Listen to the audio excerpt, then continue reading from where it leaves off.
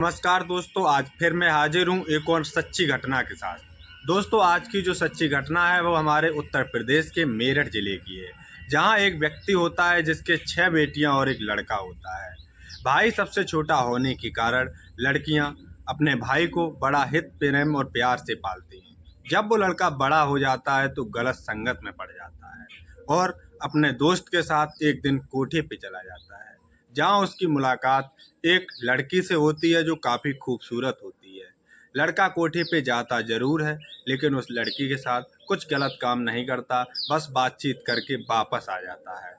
लड़का की हालत इतनी ख़राब हो गई कि अब वो आए दिन कोठे पर जाने लगा। एक दिन जब लड़का कोठे पे जाता है तो उस लड़की के ज़िंदगी के बारे में पूछता है, तो वो लड़की बताती है कि मैं नेपाल की रहने वाली हूँ और एक ट्रक ड्राइवर मुझे अपने ट्रक में लेकर दिल्ली चला आया, जहाँ वो लड़की उस ट्रक ड्राइवर के साथ रहना शुरू कर देती है और वो ट्रक ड्राइवर उसके साथ रहना शुरू कर देता है।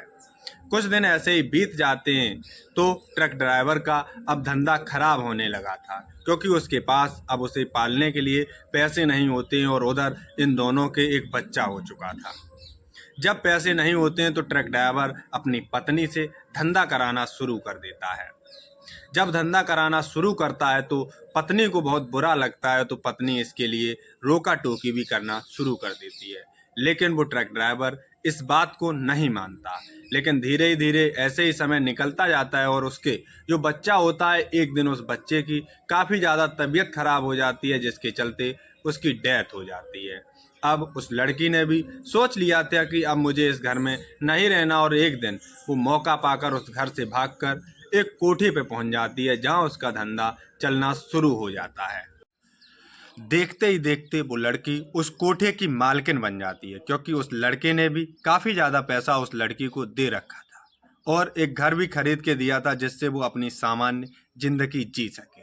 धीरे धीरे ऐसे ही समय निकलता गया। इधर एक दिन वो लड़का अपने घर वालों से कहता है कि मैं आप सभी को किसी से मिलवाना चाहता हूँ, और एक दिन वो कोठे वाली लड़की को लेकर अपने घर वालों से मिलवाता है और बताता है कि ये लड़की कोठे पर है। तो घर वालों को काफ़ी अजीब लगता है और घर वाले इस लड़के पर दबाव बनाते हैं कि अब तुम इससे नहीं मिलोगे, और वो इस बात को मान तो जाता है, लेकिन वो बिल्कुल बंद नहीं हो पाता कोठे पे जाना और उस लड़की से मिलना। धीरे धीरे घर वालों ने उस लड़के की शादी करा दी। इस शादी में भी वो कोठे वाली लड़की को निमंत्रण देता है और बुलाता है, वो आती भी है। ऐसे ही कुछ समय और बीतता है तो इस लड़के की एक लड़की होती है। लड़की काफ़ी वो लड़का अपनी बेटी को ढूंढने की हर संभव कोशिश करता है, लेकिन उसकी बच्ची नहीं मिलती। आए दिन लड़का परेशान होता है और फिर से उस कोठे वाली लड़की से मिलना शुरू कर देता है। वो अक्सर उस लड़की से फिर मिलना शुरू कर देता है।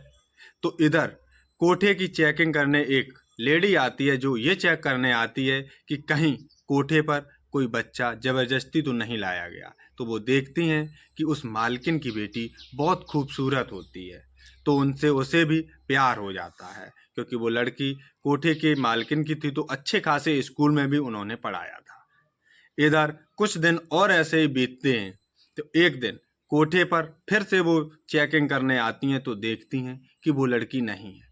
तो वो कोठे की मालकिन से पूछती हैं कि आखिर वो बच्ची आपकी कहाँ गई, तो वो कोई एक ठीक जवाब नहीं देती। तो इस बात पर उसको शक हो जाता है कोठे की मालकिन के ऊपर, तो वो सच पूछती है और चली जाती है। कुछ समय बाद वो कमेटी की अध्यक्ष फिर से उस कोठे की चेकिंग करने आती है, तो देखती है कि उस मालकिन ने अपनी उस खूबसूरत बेटी से भी धंधा कराना शुरू कर दिया था। तो वो अध्यक्ष इस बात पर काफ़ी नाराज़ होती है और कोठे की मालकिन से पूछती है कि आखिर ये है कौन। तो वो कोठे की मालकिन बताती है कि मैम, ये मेरी बच्ची नहीं है, ये बच्ची उसी लड़के की थी जिससे वो बहुत ज़्यादा प्यार किया करती थी। वो इस लड़की को चुरा कर ले आई थी अपने कोठे पर, क्योंकि वो भी अपना इसी तरह से बदला लेना चाहती थी। तो दोस्तों, आशा करते हैं कि आज की सच्ची घटना आपको पसंद आई होगी। तो जय हिंद, जय भारत।